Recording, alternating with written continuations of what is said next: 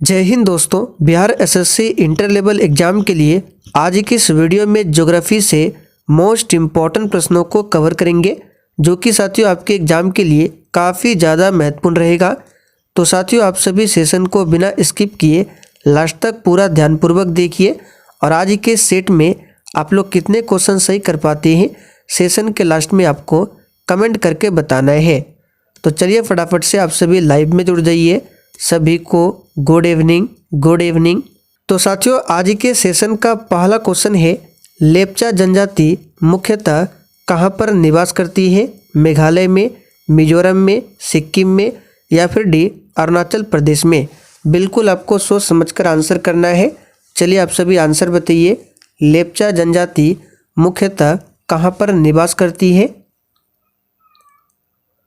तो साथियों यहाँ पर इस क्वेश्चन का सही जवाब है, याद रखिएगा, सिक्किम में निवास करती है। काफ़ी ज़्यादा इम्पोर्टेंट क्वेश्चन है। लेप्चा जनजाति कहाँ निवास करती है? तो सिक्किम में। अगला क्वेश्चन देखिए, भारत में हरित क्रांति ने सर्वाधिक किसे प्रभावित किया था? चलिए क्वेश्चन नंबर 2 के लिए आप सभी आंसर बताइए। बिल्कुल सिलेक्टेड क्वेश्चन है, ये वही क्वेश्चन है जो आपके एग्जाम में पूछे जा सकते हैं। तो साथियों भारत में हरित क्रांति ने सबसे अधिक किसे प्रभावित किया? तो याद रखिएगा, गेहूं की फसलों को। यहाँ पर बी ऑप्शन आपका सही जवाब है, गेहूं की फसलों को। और भारत में अगर पूछे हरित क्रांति की शुरुआत कब होती है, तो याद रखिएगा 1966-67 में। अगला क्वेश्चन देखिए, देश में ऑपरेशन फ्लड की शुरुआत का श्रेय दिया जाता है? सभी ऑप्शन को ध्यान से पढ़िए और प्रत्येक स्टूडेंट को नीचे लाइव चैट में अपना अपना आंसर देना है, जिससे आप सभी का प्रॉपर तरीके से रिवीजन भी हो सके। तो सबसे पहले आपको ध्यान रखना है, ऑपरेशन फ्लड जो है ये किससे संबंधित है? तो ये दुग्ध उत्पादन से संबंधित है। दुग्ध उत्पादन यानी कि श्वेत क्रांति से। तो यहाँ पर आंसर कौन सा हो जाएगा? डॉक्टर वर्गीज कुरियन। याद रखिएगा, डॉक्टर वर्गीज कुरियन कौन है? तो श्वेत क्रांति के जनक है। जबकि ए ऑप्शन में दिया गया है MS स्वामीनाथन। ये कौन है? तो भारत में हरित क्रांति के जनक है। आगे देखिए, भारत का लगभग पूरा क्षेत्र किस गोलार्ध में स्थित है? चलिए क्वेश्चन नंबर 4 के लिए आप सभी आंसर बताइए। और साथियों जो भी चैनल पर पहली बार आए हैं, आप लोग क्लास टाइमिंग को नोट कर लीजिए। ये क्लास आपको रात 8:30 बजे लाइव चैट के साथ दिया जाता है। इससे पहले हम लोगों ने हिस्ट्री क्लास को कवर किया था। आज हम लोग ज्योग्राफी के प्रश्नों को कवर कर रहे हैं और इसके लिए एक अलग से प्लेलिस्ट भी बना हुआ है। प्लेलिस्ट में जाकर आप लोग पिछले सभी वीडियो को देख सकते हैं। तो देखिए, भारत का लगभग जो पूरा क्षेत्र है किस गोलार्ध में स्थित है? तो यहाँ पर इस क्वेश्चन का आंसर हो जाएगा उत्तरी एवं पूर्वी गोलार्ध में। कैसे? तो देखिए, मान लीजिए ये हमारा अर्थ है और बीचों बीच ये रेखा है भूमध्य रेखा। तो ऊपर हो गया आपका उत्तरी गोलार्ध, नीचे हो गया दक्षिणी गोलार्ध, बीच में एक लाइन देंगे तो 4 भागों में ये अर्थ बढ़ गया। तो हमारा भारत कहाँ पर है? यहाँ पर है। कुछ इस तरह से भारत यहाँ पे है। तो ये जो है उत्तरी गोलार्ध ऊपर में है और ये हो गया आपका देखिए पश्चिमी साइड और ये हो गया पूर्वी साइड। तो भारत जो है पूर्वी और उत्तरी यानी उत्तरी एवं पूर्वी गोलार्ध में स्थित है। आगे देखिए, जनसंख्या घनत्व कहलाता है। चलिए 5 के लिए आंसर बताइए। जनसंख्या घनत्व कहलाता है। और साथियों प्रश्नों के साथ हम आपको जितने भी एक्स्ट्रा फैक्ट को बताएंगे, आपको केवल ध्यानपूर्वक सुनना है, आपका रिवीजन होगा। तो जनसंख्या घनत्व कहलाता है, सिंपल सा क्वेश्चन है। यहाँ पर इसका आंसर क्या होगा? प्रति वर्ग किलोमीटर मनुष्यों की संख्या, यानी कि 1 वर्ग किलोमीटर में जितने भी मनुष्य रहते हैं उसकी संख्या को बोला जाता है जनसंख्या घनत्व। याद रखिएगा। और 2011 से संबंधित क्वेश्चन एग्जाम में बार बार पूछा जाता है। इस टॉपिक को आप लोग कंप्लीट कर लीजिएगा। तो यहाँ से क्वेश्चन बन सकता है, 2011 की जनगणना के अनुसार भारत का कौन सा राज्य है जहाँ पर जनसंख्या घनत्व सबसे अधिक है? तो याद रखिएगा अपना बिहार का। कन्याकुमारी निम्नलिखित में से कहाँ पर स्थित है?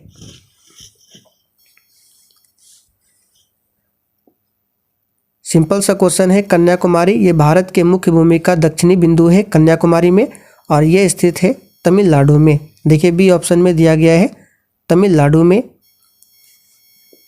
केंद्रीय भवन अनुसंधान संस्थान कहाँ पर स्थित है?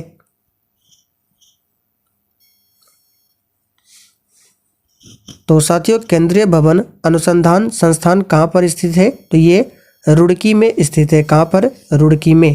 तो डी ऑप्शन आपका सही जवाब है, रुड़की। भारत में इस्पात का प्रथम कारखाना कहाँ पर स्थापित किया गया था? और ध्यान दीजिए, जिन्होंने अभी तक सेशन को लाइक नहीं किया है, प्लीज़ आप सभी से रिक्वेस्ट है, आप सभी सेशन को साथ में लाइक करते चलिए।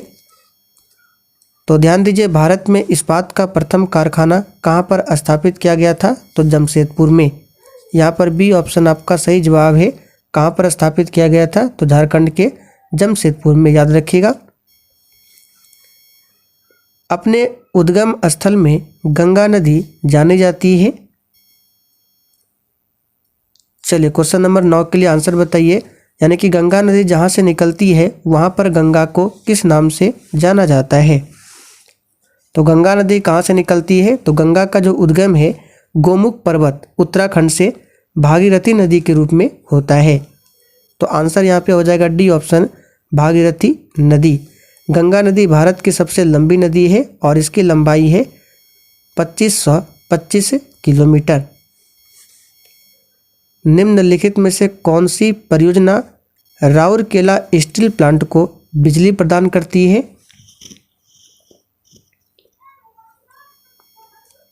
तो ये है हीराकुंड बांध परियोजना। यहाँ पर बी ऑप्शन आपका सही जवाब है। ये कहाँ पर है? तो उड़ीसा राज्य में स्थित है। भारत एवं अफगानिस्तान के मध्य सीमा रेखा को निर्धारित किया जाता है। देखिए ये सभी सिंपल क्वेश्चन है, लेकिन यकीन मानिए एग्जाम में यहाँ से भी 1-2 क्वेश्चन पूछा जाता है। तो भारत में अफगानिस्तान के मध्य सीमा रेखा को जाना जाता है, याद रखिएगा, डूरंड रेखा के रूप में। पहला ऑप्शन आपका सही जवाब है। मैकमोहन रेखा भारत और चीन के बीच में है। रेडक्लिफ रेखा भारत और पाकिस्तान के बीच में है। रेलवे के यात्री डिब्बे कहाँ पर निर्मित होते हैं? सिंपल सा क्वेश्चन है। कहाँ पर? तो पेराम्बूर में निर्मित होते हैं, याद रखिएगा। पेराम्बूर भारत के राज्य तमिलनाडु का एक जिला है। यहीं पर रेलवे के यात्री डिब्बे निर्मित होते हैं, ध्यान रखिएगा। थारू लोगों का निवास स्थान कहाँ पर है?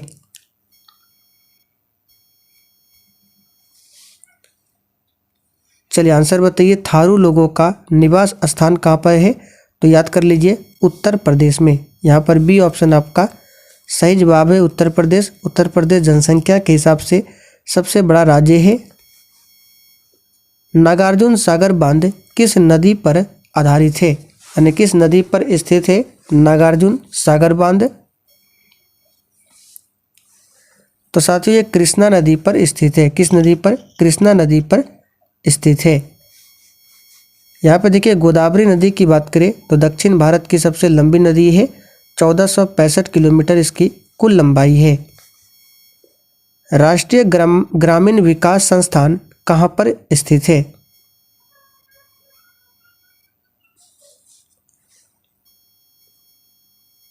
तो साथियों राष्ट्रीय ग्रामीण विकास संस्थान जो है ये हैदराबाद में स्थित है। कहाँ पर स्थित है? तो हैदराबाद में स्थित है, याद रखिएगा। कोलार स्वर्ण खदानें किस राज्य में स्थित है? चलिए क्वेश्चन नंबर 16 के लिए आंसर कीजिए फटाफट से। और देखिए आपको प्रयास करना है आज ही के सेशन में आपको ज़्यादा से ज़्यादा स्कोर करने का। तो कोलार स्वर्ण खदानें ये किस राज्य में है? तो सिंपल सा क्वेश्चन है, कर्नाटक राज्य में स्थित है। यह खदान दुनिया की सबसे गहरी खदानों में से एक है और कर्नाटक जो है भारत का सबसे बड़ा स्वर्ण उत्पादक राज्य है। भारत में कौन सा विनिर्माण उद्योग सर्वाधिक रोजगार प्रदान करता है? चलिए आंसर कीजिए 17 के लिए फटाफट से। भारत में कौन सा विनिर्माण उद्योग सर्वाधिक रोजगार प्रदान करता है? तो यहाँ पर इस क्वेश्चन का आंसर क्या हो जाएगा? याद रखिएगा, सूती वस्त्र उद्योग। ये क्वेश्चन पूछ सकता है, इसे ध्यान रखिएगा। बोकारो इस्पात कारखाने में किस विदेशी देश का सहयोग प्राप्त हुआ? यानी बोकारो जो इस्पात प्लांट की स्थापना होती है किस देश के सहयोग से?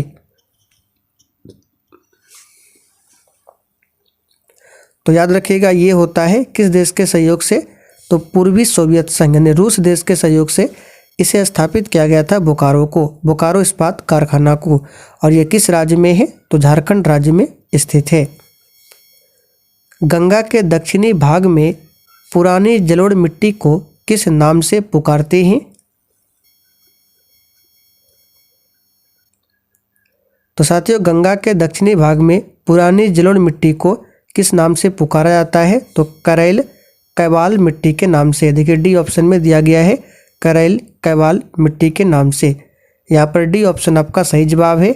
जलोढ़ मिट्टी दो प्रकार की होती है, पुरानी जलोढ़ मिट्टी जिसे बांगर भी कहा जाता है और नई जलोढ़ मिट्टी को खादर कहा जाता है। सिमलीपाल मुख्यतः किस वन्य जीव संरक्षण के लिए प्रसिद्ध है? चलिए क्वेश्चन नंबर 20 के लिए आंसर कीजिए फटाफट से।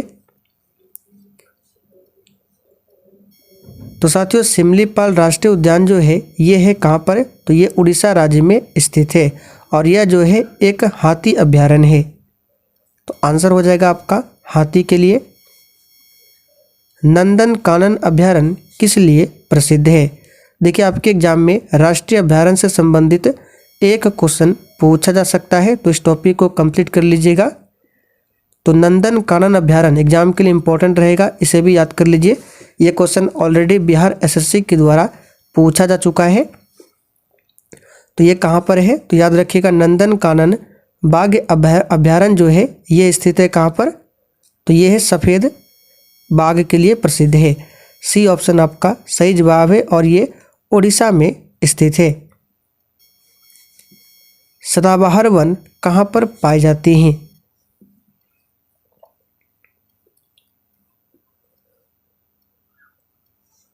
तो सदाबहार वन जो है ये पाए जाते हैं कहाँ पर? तो हिमालय क्षेत्र में। याद रखिएगा सदाबहार वन हिमालय क्षेत्र में पाए जाते हैं और यह उच्च वर्षा क्षेत्रों में पाए जाते हैं। भारत का सबसे ऊंचा बांध कौन सा है? ऑप्शन के अकॉर्डिंग चलना है। तो भारत का सबसे ऊंचा बांध कौन सा हो जाएगा? तो याद रखिएगा ये हो जाएगा टिहरी बांध जो कि उत्तराखंड में स्थित है। ये भारत का सबसे ऊंचा बांध है। अगर टिहरी ऑप्शन में ना मिले तब आप लोग आंसर लगा सकते हैं भाखड़ा नांगल को। पश्चिम बंगाल की सीमाएं कितने देशों के साथ लगती है?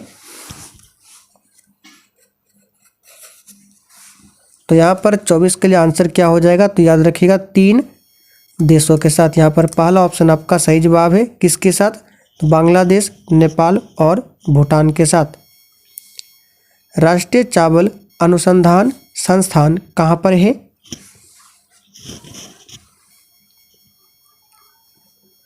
तो प्यारे साथियों राष्ट्रीय चावल अनुसंधान संस्थान कहाँ पर है? तो इसका आंसर हो जाएगा उड़ीसा के कटक में। लेकिन अंतर्राष्ट्रीय चावल अनुसंधान संस्थान पूछे कहाँ पर है? तो फिलीपींस के मनीला में। रेलवे डीजल इंजन का कारखाना कहाँ पर स्थित है? तो साथियों ये वाराणसी में स्थित है। कहाँ पर? वाराणसी में। तालचर किस खनिज के लिए प्रसिद्ध है? वेरी इंपॉर्टेंट क्वेश्चन है, स्टार मार्क कर लीजिए। तो साथियों तालचर की बात करें तो कोयला खनिज के लिए प्रसिद्ध है और ये उड़ीसा राज्य में स्थित है। कोयला यहाँ पर सही जवाब है। निम्न में से एक बरसाती नदी कौन सी है?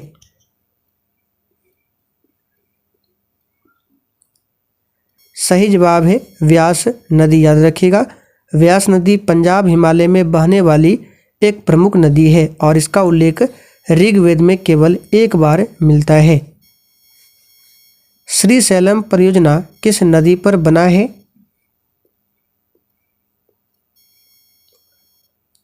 तो याद रखिएगा ये आंध्र प्रदेश में कृष्णा नदी पर बना है। पहला ऑप्शन आपका यहाँ पर सही है। विश्व के क्षेत्रफल का कितना भाग भारत के पास है? यानी कि कहने का मतलब मान लीजिए संपूर्ण पृथ्वी जो है ये 100% है एरिया में, तो इसमें से कितना प्रतिशत भाग वो भारत का है। तो इसका सही जवाब है 2.43%। सी ऑप्शन यहाँ पर सही है।